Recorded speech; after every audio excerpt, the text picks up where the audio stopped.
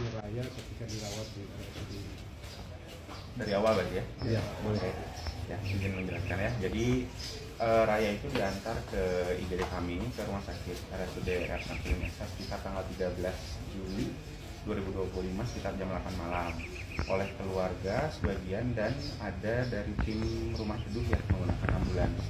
Kondisinya memang sudah tidak sadar. Ketika ditanyakan dikonfirmasi sejak kapan tidak sadarnya itu sudah 1 hari yang lalu, berarti sekitar tanggal 12-nya. Artinya datang ke kami kondisinya memang sudah berat ya. Ketika sampai IGD kan kita lakukan asesmen medis ya berupa pengecekan tanda-tanda vital, itu udah pasti dari awal itu tensinya memang ngedrop, sehingga dilakukan tata laksana berupa resusitasi cairan ya. Kita infus, diobservasi secara ketat sampai ada perbaikan kondisi, kemudian sembari dikonsul ke dokter spesialis anak dan setelah stabil dinyatakan bisa pindah ke ruangan intensif untuk anak atau kita sebutnya PICU. Nah, tapi selama masa observasi itu kan kita juga menggali informasi ya ke orang tuanya bahwa orang tuanya sedang pengobatan TB paru, terutama ayahnya. Jadi kita mengindikasikan penurunan kesadarannya bisa jadi karena komplikasi dari penularan TBC bisa. Nah, ternyata ditemukan juga lah cacing yang keluar dari hidungnya, dari saluran nafasnya. Nah, ketika ada cacing ini juga kita jadi berpikir yang lain, bahwa jadi bisa jadi ini nggak sadarnya salah satu faktor yang lain karena infeksi cacingnya tadi yang sudah biasanya menyebar ke otak kalau sudah parah gitu. Nah, penyebab cacingnya itu dari mana, Dok?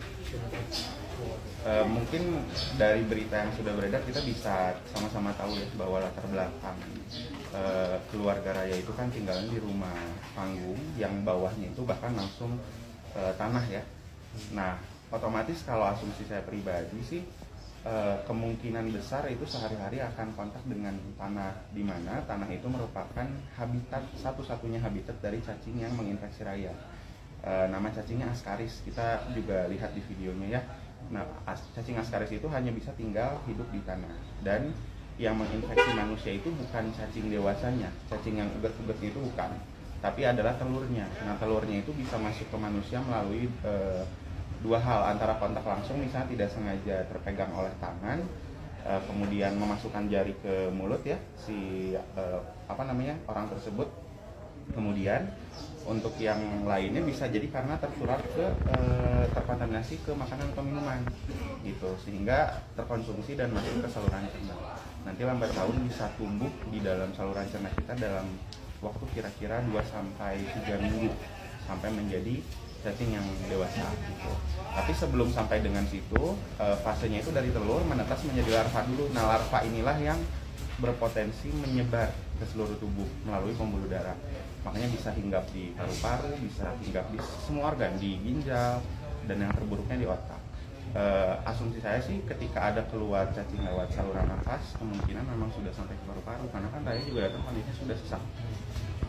Hasil ronsen sendiri berapa banyak sih cacing yang bersarang di tubuh? Kalau dari ronsen atau CT scan kita tidak bisa memastikan jumlah, tapi kita hanya bisa memvisualisasikan bahwa ada sesuatu di dalam gitu. Tapi untuk jelasnya berapa tidak mungkin dihitung.